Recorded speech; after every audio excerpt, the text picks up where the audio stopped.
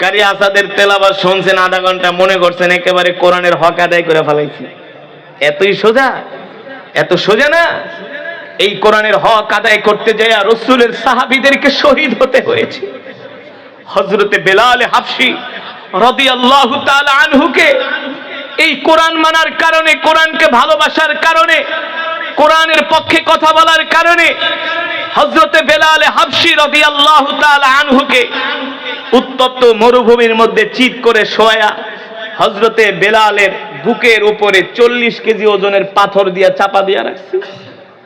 এই যুবক, শুধু এখানেই শেষ নয়, লোহার রড গরম করে করে হযরত বেলালের শরীরে সেকা দেওয়া হয়েছে। আর বলা হয়েছে, বেলাল কোরআন ছাইরা দে, মুহাম্মদকে ছাইরা দে, এক আল্লাহর প্রতি ঈমান ছেড়ে দে, আর মুহাম্মদের কোরআন শুনতে যাবি না।